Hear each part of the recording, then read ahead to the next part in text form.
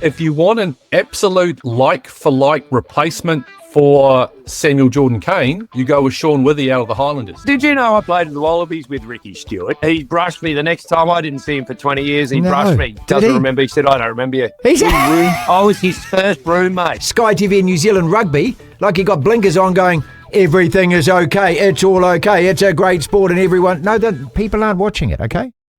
Welcome to the DSPN. John Walker wins the 1,500 metres gold medal at the Olympic Games. The All Blacks have won by 29 points to 9. The Devlin Sports Podcast Network. Welcome to the podcast, people. Martin Devlin, Lachlan Waugh. Another episode of the DSPN. Nigel Jordan on the show today. Greg Martin as well, as we look forward to Super Rugby. Round 6 kicking off tomorrow night. We'll do the Tight 5, discuss 5 topics of the day. Before we begin, though, always a little plea, if you please. We're trying to get to 5,000 subscribers by this weekend. We've got less than 100 to go. So if you are enjoying what you're looking at on the DSPN YouTube channel, hit subscribe. If you're listening via Rover or wherever you get your favourite podcasts, same. Hit subscribe, like, share, leave us a comment. Tomorrow is Feedback Friday where we comment on all the comments that you have left us. But the most important one, click that subscribe button and help us get to 5,000 subscribers. It is a heck of a milestone. We begin the show the same way every day. We live in an amazing, amazing world, and it's wasted on the crappiest generation of just spoiled idiots. World Rugby rankings. Who are the true top 10 teams of international rugby right now? It's always a good debate, isn't it? Is it 100% according to the list published by the fishheads who run the game, or do adjustments need to be made around recent results and trends as opposed to the complicated and convoluted point system World Rugby use and would like us to believe?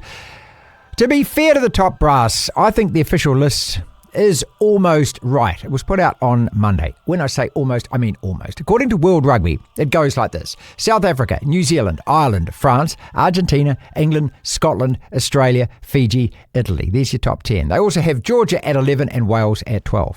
The top 4, I think everyone would agree, are the top 4. The Saffers are definitely number 1 until proven otherwise. We'd like to think we're at least number 2. But there's no way Ireland should be ahead of France, given that the French belted them 42-27 in the Six Nations. France, remember, also beat us 30-29 in November, so could easily argue they deserve to be second. Although they did also lose narrowly to England in the Six Nations, a team who we beat 3 times last year.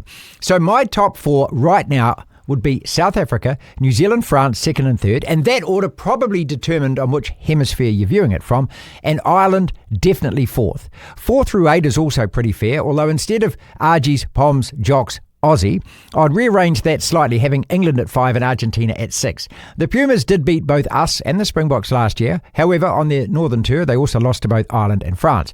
England, by virtue of being the only team to beat the champion French side in the Six Nations, I think inch slightly in front. Scotland stay ahead of Aussie after ending their Wallabies Grand Slam quest comfortably 27-13 at Murrayfield last November. Fiji and Italy at 9 and 10, no argument there. And Georgia, given the fact that Wales have lost 17 in a row, now rank a place above them. That seems pretty fair to me also. So my top 10 right now is almost exactly as World Rugby has it, with a couple of adjustments. Springboks, clearly the top dog. Us and France fight it out for second. Ireland fourth, England fifth. Argies, Jocks, Aussie, Fiji and Italy. In that order, pretty hard to argue with. Devlin. The Tight 5. That's 5 separate sporting topics, Lachlan, roughly about 90 seconds on each. And when the bell reminds us, on to the next one we go. Storm Panthers tonight. Match of the round as far as the NRL goes. And then you got the Blues Crusaders Saturday night. Match of the round as far as Super Rugby goes. World Rugby rankings. I started the show with this. Do you agree with me? The Pakistan series. This is going to go into April. Does it feel weird to you that we're just playing cricket now? It doesn't seem to have any meaning, these matches that we're playing. Caitlin Vaha-Akolo, and the plea she made during the week, try and get crowds along to Super Rugby Aupiki. Macca Springer, how does that guy feel? Getting benched after scoring 5 tries. The all-whites, we've got lots to talk about. Let's kick it. Storm and Panthers tonight. Replay of the grand final last week. Storm are coming off the bye. A wounded Panthers side, which lost to the Roosters last week. How do you see this one going? 10 o'clock tonight. Melbourne win. Absolutely. Are you going to stay the distance? Will you watch the whole thing, or will you fall asleep, or will you watch it in bed? I will try to watch the whole thing. Yeah. My intention will be when I snuggle up into bed. Oh, no, actually, I'll be on my couch in my bedroom with the little lamp on. I might have a cup of tea. Actually, I might have a beer. I don't know. But no, the intention will be to watch the whole thing. and then I'll nod off. I'm going to nod. Look, I get up at 4:30 a.m, so I'll nod off. There's no question about it. I'll watch as much of it as I possibly can. Should be a crackerjack of a match, this one. Yeah, Penrith looked... they were very mistake-prone last week. I still think in round one, as much as they played well in moments and were better than Cronulla overall, because of course they won, they're far from the polished, perfect Penrith side that we've seen the last few years. Remember last year they started slow too as well. And they lost this game last year. They played Melbourne early last year and lost 8-0, I remember. They did, it was round one. The difference with last year, for me at least, they had Jerome Luai and they had James Fisher-Harris, and I said this before the competition started, that there's got to be a point where you lose all these guys and there's almost a no man's land period between losing them and your young guys not quite there yet. There's new guys coming through. And also, I like the Roosters lost, as much as the Roosters are a bit better than people are making them out to be. They didn't really lose that sort of game last year. At least I don't really remember them losing it. Like, I remember they lost to the Tigers 2 years ago when the Tigers were wooden spooners, and that was just wild. But that was one little lost to the Warriors blip. last year, remember? That was one of those games. Yeah, okay. Well, I thought that was a sign of how great the Warriors' future is. So what are you saying, the Warriors aren't a good side? Who wins tonight? Melbourne, I told you at the start. Melbourne, they're the best side in the competition. Yeah, I agree with you. World Rugby rankings, do you agree with me? South Africa at 1. Us and France fighting out 2 and 3. Yes, I'd put France ahead of us at the moment. You'd put France ahead of us? Yes. I don't like how they change the rankings, or they update them, or offer a change in the points tally, which confuses the hell out of me. Every 2 weeks or something, which is weird when the All Blacks haven't played, right? Yeah, so, look, the All Blacks could be 2, but the fact that France... Well, France beat us at the end of last year. Yeah, beat us by a point. And we've actually lost 3 in a row against France. Is it 3 in a row? Yeah, it is 3 in a row. We've lost our last 3 against them. Okay, let's park that for a second. And also the fact that France won the Six Nations. So we're getting to see them. And we are going to beat France when it comes to that series. Well, how are they behind Ireland on those rankings? Well, who knows? And this is the thing, because it's some kind of points differential system. I mean, obviously everyone knows that right now France are a better side than Ireland. Well, so they just thrashed them. And so, however you argue about the All Blacks and France, I think we could probably be second equal. I think that's... I think we're third. I think based on the fact that we've lost 3 in a row to France, we lost, 4 tests last year, and the fact that France just... Look, 42, I think 27 was the final score. No, the final score was 42-13. France got, Ireland got 2 garbage time tries in that test. France were all over them. So, and South Africa, the best team in the world. Yeah, they are. Yep. And they lost twice last year, remember? Yeah, well, they lost to Ireland and Argentina, was it? Yeah. So, but no one was perfect last year. No one ever really is perfect unless you want to go back to the All Blacks in the early mid-2010s. Yep. So, but right now, 2 World Cups to them. They beat us twice last year. We've lost 3 in a row to France and 4 in a row to South Africa. It's all going to change this year. We're going to beat France 3 times and South Africa twice and go back that's number one. Beat a B-side from France, and then only 2 tests against South Africa at home. Tell you what, are we winning both of those? Yes, I think so. If we do, we are the number 1 team in the world again. Okay, can I... That would be fair. Just quickly, I remember you saying, now it was on a different station of sorts, but you saying about a year or so ago, maybe 2 years ago, that South Africa are the best team in the world, and they are until they don't win the World Cup. They're the world champions. Well, at the time you said they're the best. I might have changed my mind on that because I'm allowed to change my mind. Pakistan. Now, tomorrow we play the 3rd T20 in Auckland. This is a double header. The White Ferns are playing Australia. 5 T20s, 3 one-days. This goes into April. Look, I love my cricket, but I got to say I couldn't be less interested in this. I mean, I'm Super Rugby and NRL now. Well, it's the problem with cricket. Baseball season started. The NBA's heating up. You got the Premier League on at the moment. Baseball started in Japan. You got the Champions League on, and you got the Europa League. It doesn't feel like cricket season. Don't try and shove Manchester United in there in the Europa League. It doesn't feel like cricket season, though, does it? Well, also all of our best players are actually over in India. Yeah, well, I was talking to my flatmate about this the other night, that it's so strange that you have a tournament that we're in the final of, we're all G'd up and excited we lose, then you feel a bit deflated, and then the natural reaction is, well, I can kind of park that sport because we just had a World Cup or World Tournament. Yeah. And then a week later we're playing Pakistan in New Zealand. 8 times! Talk about milk the tit. I mean, it's just police. What is the point of this? Do these matches mean anything? Is there points? Is there a series? Do they... I mean, you can make that argument with any cricket series, can't you? Apart from the World Test Championship. That is the problem with cricket, isn't it? These Okay, so when did we last play in New Zealand? Was it Sri Lanka? In January. Yeah, in January. And what were the results of those? Oh, I wasn't in the country, so I don't know. 3 T20s and 3 one-days. Does anyone know? Can you remember? There'll be some cricket nut who knows. I'm sure some of the players. Do the players even know all the results? This is what they have done to white ball cricket, haven't they? I mean, anyone who's going along to those games, good on you. I hope you have a fantastic time. But quite honestly, then again, like, is there floating past me? I mean, really if there is an issue of too much cricket, what's the fix? Because all of them, like, you talk about the 4 or 5 biggest cricket nations, they all are in different parts of the world, so they're all enduring in different seasons at the same time, right? So what's the fix? Yeah, because no Pakistani players are allowed to play the IPL, you see. So that's why they're here. Well, yeah, I know, but like England right now, they're coming to the end of their winter, whereas we're coming to the end of our summer, and then Australia is similar to us, then India, it's always hot. The whole cricket world is focused on the IPL now. I know, but the thing is that how do you get around, you can't really get around this congested schedule, because it's not like, okay, we can take a break because it's summer here. Like, at least with rugby, England, obviously, in the Six Nations are up there, and we've got us down here, but there's not as many series or tournaments going on, is there? At least with the international Speaking of rugby, teams. Super Rugby, let's all agree, the match of the round is obviously the Blues and Crusaders at Eden Park. You've got to get in front of the telly. I think that game on Friday's pretty damn good. Chiefs away to the MP, yeah. Given that so Moana Pacifica are... It was meant to be in Tonga, it's at Pukekohe. Yeah, away. No Adi Savia. I think there'd be more... Is it fair to say more Moana Pacifica fans than Chiefs fans? Even though Pukekohe is disgustingly close to Hamilton, when you think about it. Disgusting? Well, I don't know. That part of the country is a bit... What? Weird thing. That sort of stretch between Hamilton and Auckland, there's some strange spots in there, isn't there? Yeah. I like Pukekohe, but I mean, I don't know.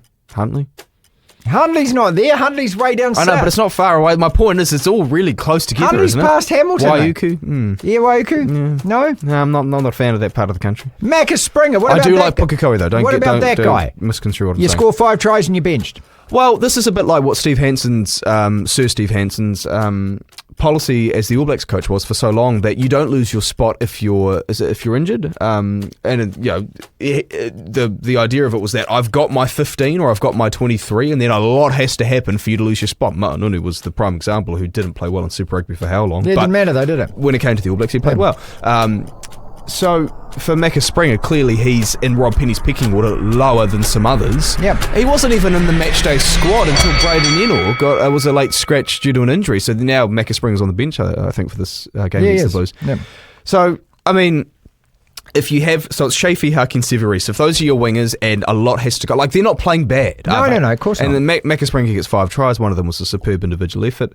Well done. I guess if he does that for the next 2 or 3 weeks, or the next 2 or 3 times he gets a chance he does it, maybe Rob Penny changes things. Yeah, but actually, if anything, I applaud Rob Penny for sticking to his guns and sticking to what his team is. I tell you who I applaud, and that is Caitlin Vaha-Okolo, and I hope I pronounced that right, who this week did what New Zealand Rugby's marketing department have failed to do since the Women's World Cup, and what Sky, despite their saturation promotional coverage, can't seem to get any kind of traction with. Caitlin coming out and saying on Instagram, being really honest about it, saying no one's coming to our games. We all know no one is going to watch Super Rugby Aupiki. We can all see it. And if you ask Mark Robinson from New Zealand Rugby, it's all about percentile increases and metrics and optics. And no one will actually give you the viewing figures because the viewing figures are embarrassing.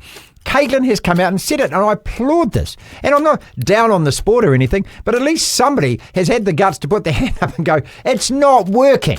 The Emperor's got no clothes on. You can't keep telling us that, it's a growth sport and there's so many. It's not. No one's going to the games. And she said that, and I thought it was brilliant that she said it, and B, her plan. Look, So what's her plan again? Her plan is, look, I'll come and visit your school or your club or whatever. If you bring your team along to watch, or if you get your class to come along and watch, or you bring you and your kids come along and watch. She just said, we want people to come along and watch our games. Yeah. She said there's more positive publicity generated from this than all of the supposed experts at New Zealand Rugby who've sat around and done nothing to support or promote women's rugby. Just throwing money at it doesn't actually That's the work. thing. They've put money into it. They put money at it, and then you think, what? Put money, write an email, sit and have lunch and pat yourself on the back. It hasn't worked. Okay? Since the Rugby World Cup final, here, packed house at Eden Park, the Black Ferns winning, no one's gone to watch women's rugby. The Black Ferns don't sell their tests out. Well, they don't sell them out. I think, to be fair, I think it was at the end of 2023 when England and France both came here and they lost both tests and they got soundly beaten by by England. They still, I think, got 10 to 15,000, which, to be fair, is not a bad crowd. That's not a bad crowd. Auckland Rugby, the men's team would die for a crowd like that. But the professional game hasn't picked up. No, agreed. Yeah, I don't think that what the Hurricanes Power did last year helped at all. I think that was very off-putting for a lot of people. No. But, good on Caitlin for doing this. And good on her for actually, just as I said, being honest. Look, all we want is if you're honest about it and say, hey, it's not happening and it's not working, how can we fix this? That's how then you actually get some solutions to the problem. You don't just sit there like Sky TV and New Zealand Rugby, like you got blinkers on going, everything is okay, it's all okay, it's a great sport and everyone... No, people aren't watching it, okay? Well, there's a couple of issues with how I think New Zealand Rugby have approached it, at least with Super Rugby Aupiki. So when it started, they've I don't know if it was immediately, but at least within 2 or 3 years, they put those women's games at Eden Park and they tried to make them as double headers with the men's games, and that's a way to sort of pump up the crowd numbers. I think the one thing about rugby, and you noticed this when you were down in Kurau, I think last year or the year before, is that it's such a regional, rural, grassroots sport. Where it's at its best and where the heart really beats is at the lower levels of, not lower levels, that sounds demeaning, but those smaller parts of New Zealand society. Love it. It's not the big city, the big glamorous elements of Auckland and Remy. It's not there. So what you do to build those crowds up is you make it a community thing. Take it to smaller grounds, take it all around the suburbs, go out to West Auckland, play at Trust, go to any other sort of rugby grounds, go to Ponsonby Rugby Club, go Takapuna Rugby Club, all these places, and you make it a family event. That's one thing that Bay Flynn did really well in the NPC. They did. Now, they were sort of forced to move out of the stadium in Mount Maunganui, but go into the smaller domain, you've got bouncy castles, you've got food trucks, it's cheap as, kids should be free for things. Like, you just got to get the crowd there. You've got to entice them and make it a fun community feel. Because everyone, there's no Kiwi who doesn't love that stuff. So they'll get involved. Good on you, Caden. Good on you. I think you did the right thing. And hopefully you get a lot more people along to your games. Final, all whites. Is this a gimme? I know that they're saying all the right thing, the All Whites players, as they have to. They've got to beat Fiji and then they've got to play, obviously, on Monday, New Caledonia or Tahiti. This would be one of the biggest shocks ever in New Zealand sport if our team does not make it through. Wasn't there a year where the All Whites lost? We lost to the Solomon Islands one year and we missed out on going to the Confederations Cup. We've lost to Fiji before. We've had foot trips before. But this is a New Zealand side which calls itself, happy to call itself, one of the greatest, if not the greatest on paper that we've ever assembled. What was it Bill Shankly said? Football's not one on paper, it's one on grass. We will win these 2 games. Don't know if it was Bill Shankly. Absolutely, we'll win these 2 games. We've got the best player out there on the field by miles. We've got the best. If you were to make a combined 11, it's all New Zealand players. It's all New Zealand players, I think, at least. There might be 1 or 2 that slip onto the bench or get into the squad. Like the past with those losses to the Solomon Islands and Fiji, the only thing that would get in the way is complacency and taking the opposition far too and lightly. They're not doing that. So I doubt they are. Also, this All Whites team, they've been through a lot in terms of their coaching changes, which was a bit unfair on Danny Hay when it happened. But Darren Bates, they had one of their better results. It wasn't that long ago. Was it away to Ireland that they got a really good draw? Like their results. We drew against the States. Drew against the Remember that with that brilliant goal, that well-worked team goal at the end. Yeah, which was totally intentional. I think Ben Wayne who scored it. Straight off the practice ground it was. But they're a side capable of good results regardless of the sort of turmoil is a bit of a strong word, but what's happened with the coach for the last few years. So they are capable of really good results. But, in saying all of that, they could be half as good as what they typically are, and they should still win. We should breeze through both of these games. And the final is at Eden Park on Monday night. Looking forward to that, going to that. This is the DSPN.